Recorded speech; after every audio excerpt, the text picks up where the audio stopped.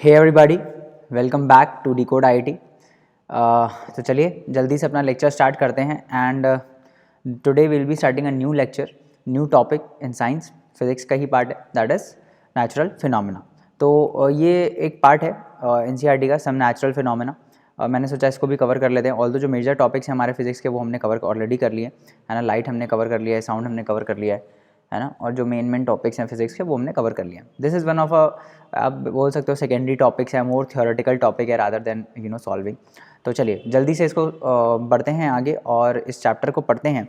And before moving forward, as I always say, please leave us a review on Google. This will help other students know that this is the place that they need to be for their IIT JEE preparations. चलिए जल्दी से आगे बढ़ते हैं and let's start with this new series that is some natural phenomena and this is chapter 6। चलिए तो सबसे पहले तो हम स्टार्ट करते हैं इंट्रोडक्शन से, है ना। तो इंट्रोडक्शन में हम पढ़ेंगे चार्जेस के बारे में कि चार्जेस क्या होते हैं, है ना। तो आपने बहुत ही कॉमन फिनोमेना देखा होगा। वो कॉमन फिनोमेना क्या है मैं आपको समझाने की कोशिश करता हूँ। आप कभी क्या करना, आपके जब बाल ड्राई हो ना तो उससे कोम को रब करना, है ना। कभी भी आपने अपने ड्राई बालों को कंघी करी होगी, है ना, तो उसके बाद जो कोम होता है उसको पेपर के पास या फिर जो बिट्स ऑफ पीसेस होते हैं ना उसके पास ले जाना।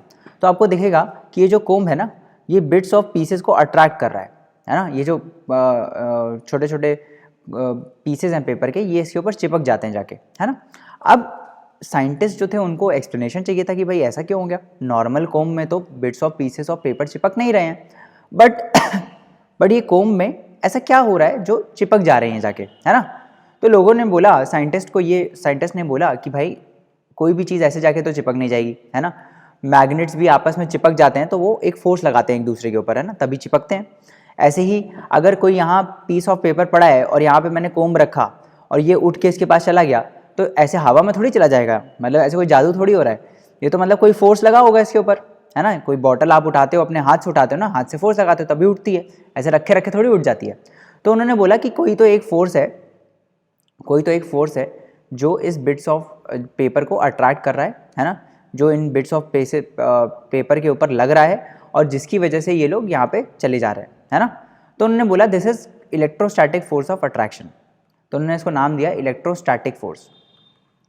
ये पूरा एक चैप्टर है क्लास 12th में इलेक्ट्रोस्टैटिक्स, जिसमें बस चार्जेस के बारे में ही बात होती है ना।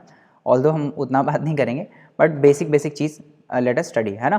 तो उन्होंने बोला कि भाई इलेक्ट्रोस्टैटिक फोर्स है इनके बीच में जो ये कोम इसके ऊपर लगा रहा है ना। फिर उन्होंने बोला कि जो इलेक्ट्रोस्टैटिक फोर्स होता है ना वो तब डेवलप होता है जब दो चार्जेस हो। ये मैं आपको ऑलरेडी बता चुका हूँ, याद करो पिछले कुछ टॉपिक्स में कहीं तो एक फोर्स जब हम पढ़ रहे थे हमने नॉन कॉन्टैक्ट फोर्सेस के बारे में पढ़ा था, याद है। हमने नॉन कॉन्टैक्ट फोर्सेस के बारे में पढ़ा था और उन नॉन कॉन्टैक्ट फोर्सेस के बारे में जब हम पढ़ रहे थे तो मैंने आपको बताया था कि electrostatic force of attraction is between two charges. दो चार्जेस के बीच में, दो अपोजिट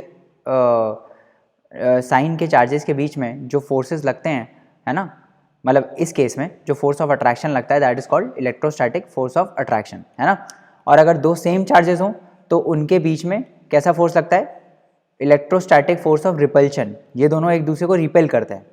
तो ये मैं आपको ऑलरेडी बता चुका हूँ कि अपोजिट चार्जेस जो होते हैं, opposite charges they attract each other and similar charges they repel each other, है ना। तो ये तो उन्होंने थ्योरी दे दी, बट फिर क्या हुआ कि जो बहुत ही सिंपल लोग थे उन्होंने बोला कि ये जो आप चार्ज बोल रहे हो ये चार्ज क्या है, मतलब व्हाट इज दिस चार्ज। आपने बोल दिया कि भाई दो चार्जेस के बीच में, है ना, अगर दो अपोजिट चार्जेस हों उनके बीच में एक फोर्स लगता है इलेक्ट्रोस्टैटिक फोर्स ऑफ अट्रैक्शन, और जो दो सेम चार्जेस होते हैं उनके बीच में एक रिपल्शन का फोर्स लगता है। चलो बात समझ में आई क्योंकि आप ये चीज़ इसको एक्सप्लेन करने के लिए बोल रहे हो। बट ये चार्जेस क्या है, व्हाट इज चार्जेस, है ना। ऐसे कोम पड़ा था तो उसके ऊपर चार्ज नहीं था, आपने बालों में कंघी करी तो उसके ऊपर चार्ज आ गया, मतलब ये चार्ज है क्या चीज़।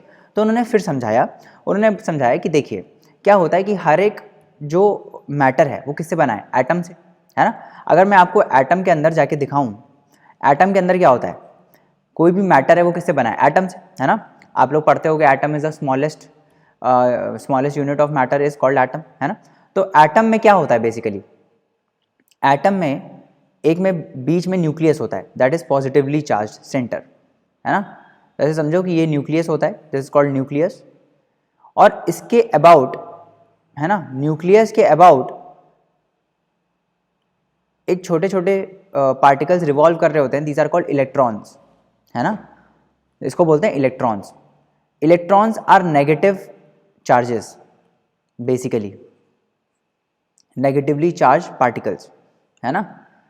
तो तो उन्होंने बोला कि भाई होता क्या है कि बीच में एक न्यूक्लियस होता है, उस पर एक पॉजिटिव चार्ज होता है ना, that is positively charged centre, है ना। इसको इन्होंने बोला प्रोटॉन्स। बेसिकली चार्ज को इन्होंने डिफाइन किया प्रोटॉन से, कि एक एटम के अंदर एक स्पीशीज होते हैं जिनको हम बोलते हैं प्रोटॉन, और उनको हमने बाय कन्वेंशन क्या बोल दिया है, positively charge particles, positively charge particles, ये उन्होंने मान लिया कि these are positively charge particles, ठीक है। ऑब्वियसली कहीं तो स्टैंडर्ड सेट करना पड़ेगा, तो हमने यहाँ एटम पे स्टैंडर्ड सेट किया है कि भाई जो न्यूक्लियस होता है, न्यूक्लियस के अंदर प्रोटॉन्स होते हैं, प्रोटॉन्स और न्यूट्रॉन्स भी होते हैं। वैसे न्यूक्लियस के अंदर क्या क्या होता है, प्रोटॉन्स होते हैं, और प्रोटॉन्स के साथ साथ न्यूट्रॉन्स भी होते हैं। सो बेसिकली जो ये प्रोटॉन्स होते हैं, these are positively charge particles, और न्यूट्रॉन्स पे कोई चार्जेस नहीं होते हैं, दे आर न्यूट्रल, है ना, दे आर न्यूट्रल। अच्छा, आप अब बोलोगे कि ये कैसे डिफाइन किया कि प्रोटॉन्स पॉजिटिवली चार्ज है और न्यूट्रॉन्स न्यूट्रल है ना। वो ऐसे बोला गया, वो ऐसे देखा गया कि जब प्रोटॉन और प्रोटॉन आपस में साथ में आए तो उन्होंने आपस में एक दूसरे को रिपेल किया, बट जब न्यूट्रॉन और न्यूट्रॉन साथ में आए तो उनका कोई मतलब उनके ऊपर कोई फोर्स नहीं लगा। तो उन्होंने बोला कि न्यूट्रॉन और न्यूट्रॉन के बीच में कोई इलेक्ट्रोस्टैटिक फोर्स ऑफ अट्रैक्शन नहीं है, और प्रोटॉन और न्यूट्रॉन जब हम साथ में लाए, मान लो एक प्रोटॉन है और एक न्यूट्रॉन है, इनके बीच में भी कोई फोर्स नहीं लग रहा था, है ना। तो उन्होंने बोला कि भाई एक चार्ज पार्टिकल है और एक अनचार्ज पार्टिकल है, तभी तो फोर्स नहीं लग रहा। इलेक्ट्रोस्टैटिक फोर्स ऑफ अट्रैक्शन तब लगता है जब दोनों चार्जेस हों, दोनों चार्ज पार्टिकल्स हों, भले ही दोनों सेम चार्जेस के हों या दोनों अपोजिट चार्जेस के हों, बट दोनों के ऊपर चार्ज होना ज़रूरी है। तो उन्होंने बोला कि न्यूट्रॉन के ऊपर कोई चार्ज नहीं है, इसीलिए इसके ऊपर कोई इलेक्ट्रोस्टैटिक फोर्स ऑफ अट्रैक्शन नहीं लगता। बात समझ में आई, है ना। तो न्यूक्लियस के अंदर होते हैं protons, protons are positively charge particles, और न्यूट्रॉन्स होते हैं न्यूट्रल, है ना। और प्रोटॉन्स के अबाउट मतलब ये न्यूक्लियस के अबाउट रिवॉल्व कर रहे होते हैं एक और पार्टिकल्स जिसको बोलते हैं इलेक्ट्रॉन्स। तो इलेक्ट्रॉन्स बेसिकली एटम के आउटर मोस्ट शेल पे होते हैं, है ना। ऐसे होता है, आप ऐसे समझो कि ये अर्थ का कोर है, जैसे अर्थ के अंदर कोर है, कोर में मोल्टन लावा है ना। बट जो हम रहते हैं, हम लोग कहाँ रहते हैं, हम लोग क्रस्ट पे रहते हैं एकदम, है ना, हम लोग तो सरफेस पे रहते हैं। तो हम लोग आप समझ लो कि इलेक्ट्रॉन्स है, और ये जो अंदर लावा है दीज आर प्रोटॉन्स, प्रोटॉन्स और न्यूट्रॉन्स। तो ऐसे ही एटम के अंदर होता है। एटम के अंदर एक बीच सेंटर में बहुत ही छोटा सा पॉजिटिवली चार्ज न्यूक्लियस होता है ना। ये कंपैरेटिवली बहुत छोटा होता है। आप ऐसे समझो कि एक बड़ी फुटबॉल फील्ड है और उसमें बीच में एक फुटबॉल पड़ी है, तो साइज ऑफ न्यूक्लियस इतना छोटा होता है, it is around 10 to the power around -15 metre, इतना छोटा साइज होता है इस न्यूक्लियस का, है ना। और एटम का size is around 10 to the power -10 metres. तो ऑल्दो एटम का भी साइज बहुत छोटा होता है, बट न्यूक्लियस का साइज और भी छोटा होता है in comparison to this atom, है ना। तो एटम किससे बना होता है, न्यूक्लियस से, जो कि पॉजिटिवली चार्ज पार्टिकल होता है, और इसके अबाउट रिवॉल्व कर रहे होते हैं इलेक्ट्रॉन्स। समझ में आई बात। अब electrons are negatively charge particles, ठीक है। तो उन्होंने बोला कि जब आपने अपने कंघी को रब किया, जब आपने अपनी कंघी को रब किया तो हुआ क्या, कुछ इलेक्ट्रॉन्स यहाँ से बाहर निकल गए, है ना, कुछ इलेक्ट्रॉन्स यहाँ से बाहर निकल गए।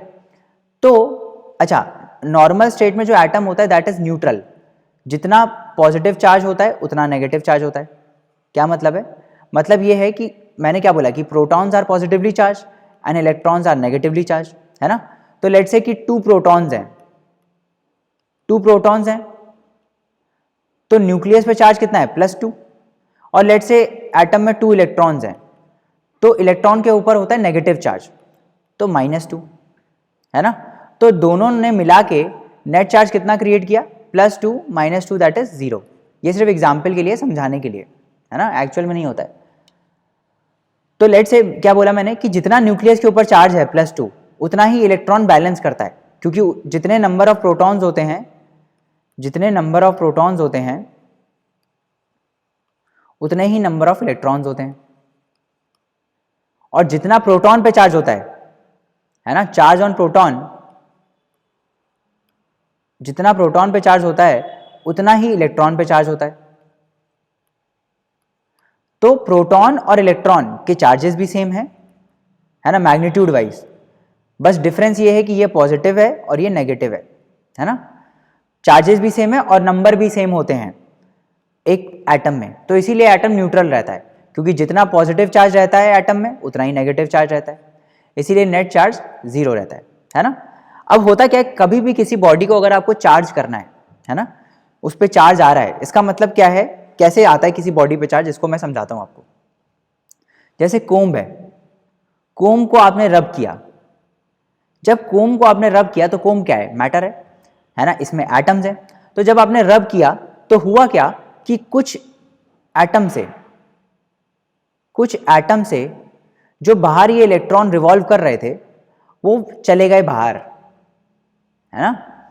कुछ एटम से जब आपने रब किया, इन इलेक्ट्रॉन्स को मिल गई एनर्जी और ये इलेक्ट्रॉन्स अपना एटम छोड़ के बाहर चले गए, है ना, बाहर चले गए। तो अब सोचो कि पहले एटम न्यूट्रल था क्योंकि नंबर ऑफ इलेक्ट्रॉन्स और नंबर ऑफ प्रोटॉन सेम थे, बट अब ये एक इलेक्ट्रॉन चला गया इसमें से, तो क्या हुआ, इसके इस एटम के ऊपर एक नेट पॉजिटिव चार्ज आ गया, है ना। मान लो एक इलेक्ट्रॉन गया तो इसके ऊपर चार्ज आ गया +1e, ये इलेक्ट्रॉन जो गया उसके करस्पॉन्डिंग, है ना, क्योंकि इलेक्ट्रॉन जब तक प्रोटॉन के बराबर थे तब तक न्यूट्रल था एटम, बट अब एक इलेक्ट्रॉन चला गया, तो नेट में तो पॉजिटिव चार्ज आ गया ना। कैसे, देखो, मान लो पहले दो प्रोटॉन थे, ठीक है, और एक प्रोटॉन के ऊपर चार्ज मान लो था +1, तो टोटल चार्ज कितना हो गया, +2 × 1 दैट इज +2। और मान लो दो इलेक्ट्रॉन थे और इलेक्ट्रॉन के ऊपर चार्ज कितना होता है, ऐसे एज्यूम कर लिया हमने, दैट इज -1, तो टोटल चार्ज हो गया -2, तो नेट में 0 था, +2 -2 दैट इज 0। बट अब क्या हुआ कि एक इलेक्ट्रॉन चला गया। अगर एक इलेक्ट्रॉन चला गया तो मेरे को ये बताओ कि प्रोटॉन्स कितने हैं, प्रोटॉन्स तो अभी भी 2 हैं और प्रोटॉन पे चार्ज है +1, तो टोटल चार्ज जो प्रोटॉन्स की वजह से है दैट इज +2। बट अब इलेक्ट्रॉन्स एक ही है क्योंकि एक तो चला गया, एक इलेक्ट्रॉन इंटू -1 दैट इज -1। तो अब इस एटम को अगर एटम पे हम देखें तो नेट चार्ज आ गया दैट इज 2 - 1 = 1, है ना। इस एटम के ऊपर एक नेट चार्ज आ गया, है ना। ऐसे ही कोई भी बॉडी चार्ज या डिस्चार्ज होती है ना। किसी भी बॉडी के ऊपर मैंने बोला कि प्लस चार्ज आया, इसका मतलब है कि उस बॉडी से इलेक्ट्रॉन्स चले गए, है ना, उस बॉडी से इलेक्ट्रॉन्स चले गए हैं तभी उस पर पॉजिटिव चार्ज आ सकता है ना। जैसे मान लो ये कंडक्टर है, अभी न्यूट्रल है ना, रॉड है, ग्लास की रॉड है, मान लो ये ग्लास रॉड है ना। अब मैंने क्या किया, इसको सिल्क का जो क्लॉथ होता है ना, सिल्क का कपड़ा, उससे रब किया, इस ग्लास की रॉड को मैंने सिल्क के क्लॉथ से रब किया। तो रब करने के बाद क्या होता है कि जो ये रॉड होती है ना, इसके ऊपर एक नेट पॉजिटिव चार्ज आ जाता है। वो क्यों आता है, बिकॉज जब हमने सिल्क को इससे रब किया तो कुछ इलेक्ट्रॉन्स यहां से निकल के इस क्लॉथ में चले गए, है ना।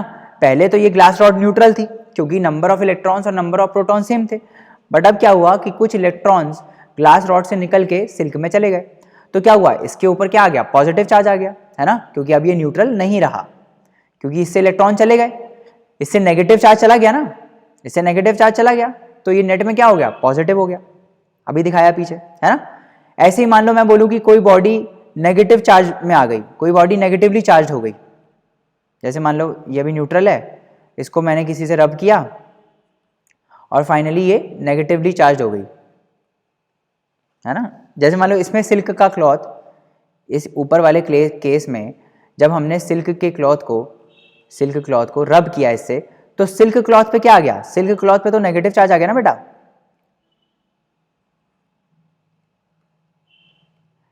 सिल्क का जो क्लॉथ है, ये जो इलेक्ट्रॉन्स यहां से निकले वो कहाँ चले गए, सिल्क के क्लॉथ में चले गए, उसी से तो रब कर रहे हो आप, तो इस पे एडिशनल इलेक्ट्रॉन्स आ गए, तो ये जो सिल्क का क्लॉथ है ये कैसा बिहेव करेगा, ये नेगेटिवली चार्ज की तरह बिहेव करने लगेगा।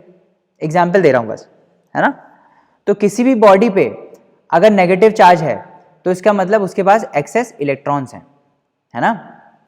तो अगर मैं समराइज करूं, अगर मैं इस चीज़ को समराइज करूं तो क्या मतलब है, when a body is positively charged, है ना, इसका मतलब क्या है कि it has excess of protons, या तो ये बोल सकते हो, या फिर और जो कॉमन लैंग्वेज में हम बोलते हैं क्या बोलते हैं, it has deficiency of electrons, और it has deficiency of electrons. तो किसी भी बॉडी को अगर हमको पॉजिटिवली चार्ज करना है तो उससे हमको इलेक्ट्रॉन्स को हटाना पड़ेगा। We have to remove electrons from that body, then only we can make it a positively charge body, ठीक है। और इसी का उल्टा क्या हो जाएगा, when a body is negatively charged, when a body is negatively charged तो क्या हो जाएगा, it has excess of electrons, it has excess of electrons, उसके पास इलेक्ट्रॉन्स की एक्सेस होती है ना। जब भी कोई बॉडी नेगेटिवली चार्ज होती है तो it has excess of electrons. बात समझ में आ गई, ठीक है, क्लियर है, ये चार्ज का फंडा क्लियर है। किसी भी बॉडी पे पॉजिटिव चार्ज है तो उसका मतलब क्या है कि उस पर इलेक्ट्रॉन्स की कमी है, कोई भी बॉडी अगर नेगेटिवली चार्ज है तो उसका मतलब उस पर इलेक्ट्रॉन्स की एक्सेस है।